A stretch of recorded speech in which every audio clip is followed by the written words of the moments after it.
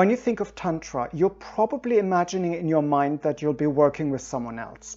And in an ideal world, that is probably the best way to get started. However, there is also a way of doing Tantra on your own. And that usually involves a change of mindset and a set of expectations where you want to go with your practice, how you initiate your practice. If you want to do a more meditative or a more hands-on practice, it's all up to you. And today I'd like to talk about a more hands-on kind of practice, which involves self-touch. When you think about self-touch, there are a couple of things that actually help you achieve a deeper experience of what you're doing.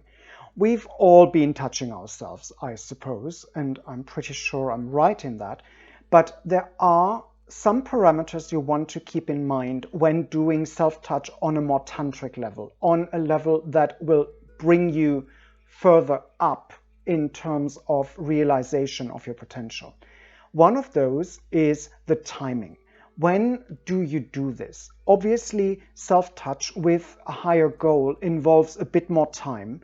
It involves not being disturbed and not worry about being disturbed. So you better make sure that you have enough time, however long your practice takes. So make it an open-ended appointment with yourself. There's also the issue of location. You want to be in a location that is conducive to a sensual experience. So obviously you wouldn't do that in the kitchen or in the bathroom necessarily, although a nice hot bath can be quite enticing in that respect. But let's think about something with soft furnishings, a place where you can shift into different positions without having to get up or going into a different room. Once those things are in place, it's down to you to actually sink into the moment. And usually a quiet bit of meditation, and that could just be breathing or focusing on your breath, is enough to get you in the right mindset. Give it 5 minutes, just focusing on your breath. Where does it enter your nose? Feel the different temperatures. Feel where it goes in your body. Does your tummy go up and down? Do you breathe into your lungs? Are you breathing through your mouth or your nose? That kind of things. And just focus on that and forget all the rest. And then consider touching yourself in all kinds of ways. You know best what works for you. Speaking for myself, I find myself very often doing something akin to that practice in the morning when I'm not quite ready to get up. And I've got a bit of chest hair, and I quite like going with my fingers through that. You know that sense when you're not quite sure that you're touching your skin, but your hair is moving just a little bit.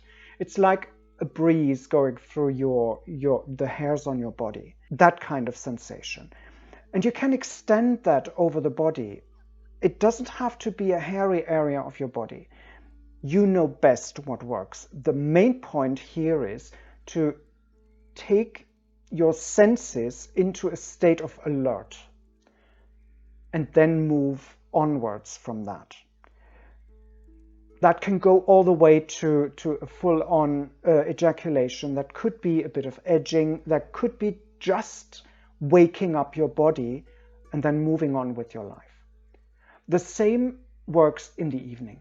Before you fall asleep, don't just pull your blanket over your body, but leave it open to the elements for a moment and potentially just touch the bits that are available at the time and let go of all the stress that has built up in your body throughout the day. You'll sleep better because you will have less on your mind than otherwise. Why not give it a go? The art of self-touch is something that you can learn, and you have to find out what works for you. There isn't really all that much guidance I can give you because there's different strokes for different folks. What works for one person is completely annoying to someone else. Some people like to be tickled, others don't. Some people like a harder approach, others don't. So find what works and stick with it. And build that into a practice that goes beyond the pure touch. Give it a go. Let me know how you're doing. There's always the comment section below, and I'm looking forward to seeing you again next time.